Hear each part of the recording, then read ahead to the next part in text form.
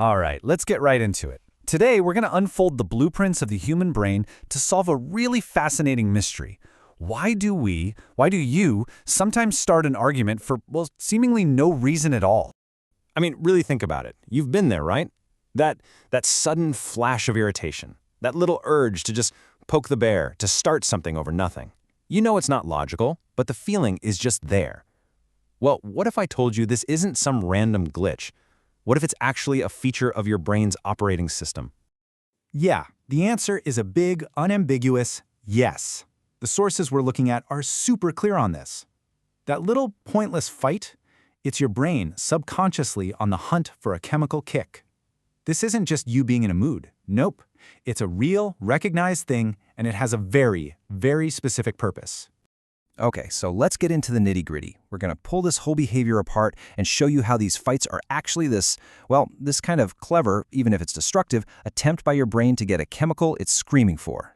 You know, there's this core idea in neuro-linguistic programming that says every single thing we do has a positive intention behind it. Yeah, even the really destructive stuff. It's not about wanting to cause harm. It's about your brain trying to get something it needs to reach a certain state. And in this case, it's literally just trying to wake itself up. So here's the key, right? It all comes down to this baseline. For some brains, especially brains with ADD, the default setting is just chronic understimulation. It's kind of like a car engine that's always idling way too low. You feel foggy, you feel restless, and your brain is just desperately looking for a way to rev that engine. Okay, so how does this simmering restlessness explode into a full-on system hack? Well, your brain is the ultimate survival machine, right? And it has figured out a quick, dirty, but effective way to get the jolt of stimulation it's craving. And boom, here's the chain reaction. It all starts with that low dopamine baseline. Then a conflict, doesn't matter how small, gets flagged by your brain as a crisis.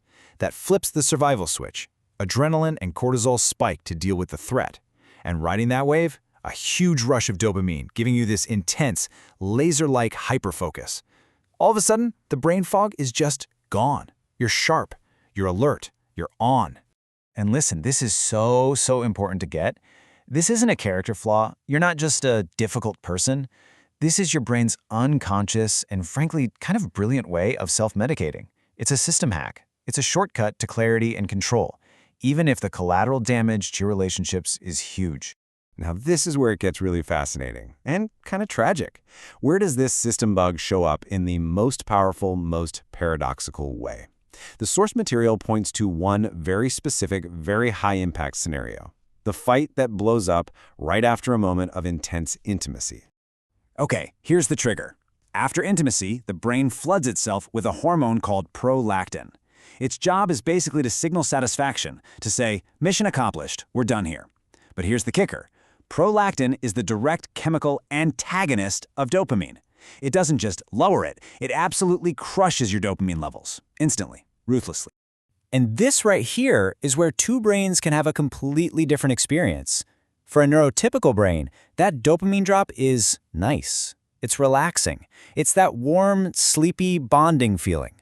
But for a brain that's already running on empty, that sudden, massive drop doesn't feel like rest. Oh no, it feels like a catastrophic system failure. It feels like a void opening up inside you. And it triggers a silent, internal panic alarm. Man, this quote just hits the nail on the head. The fight that follows, it's not about you. It's not about your partner. It's not about who left the towel on the floor. It's a primitive, desperate, emergency reboot of a crashing system. It's the brain mashing the big red button to flood itself with stress hormones just to pull out of that terrifying nosedive. So yeah, that's the problem. It's a deeply wired, almost mechanical process. But here's the good news, and it's really good news. Once you see the blueprint, you can actually rewrite the code. You can stop being a victim of the machine and start being the architect of your own mind. So let's use this metaphor of an interface. Think of it as the operating system between you and reality. Picking a fight? That's like a crude, low-level command. You're just smashing the keyboard to get a response. But the architect, that's the you that's in control, learns to use the advanced commands. You learn to get that same intense focus, that same clarity, from something constructive, like passion, or intense exercise, or deep creative flow, all without the destructive fallout. And the state you're aiming for, the goal, is what one of the sources calls the coherent nexus. It sounds cool and it is. It's that state where your heart, your brain, and your body are all humming along in sync. You're not running on the chaotic, draining fumes of stress hormones anymore. Instead, you're generating this clean, sustainable focus from a place of pure vitality and alignment. All right, enough theory, let's get practical. How do we actually fix the bug? Here's the final blueprint. We've got 3 actionable protocols you can use right now to stop a system crash before it happens. Let's break them down. First up, the physical shock. This is your emergency button. When you feel that urge to fight right now, you need a sensory override. Splash ice-cold water on your face, pull a heavy, weighted blanket over you. It hits the reset on your nervous system. Okay, next, the cognitive detour. This is for when you're just feeling that restless energy building up. You got to interrupt the pattern. Play a game like Tetris. Choose something really crunchy. It gives your brain a different task and a slow, steady drip of those little dopamine rewards.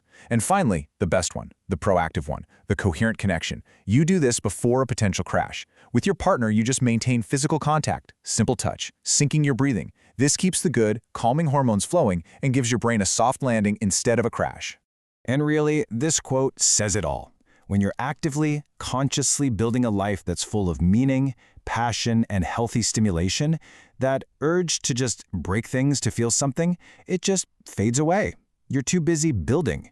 You replace those clumsy, primitive hacks with elegant, powerful architecture. So, there you have it. The blueprints are in your hands. You get the why now. You have the tools. The only question left is, which bug are you going to reprogram first?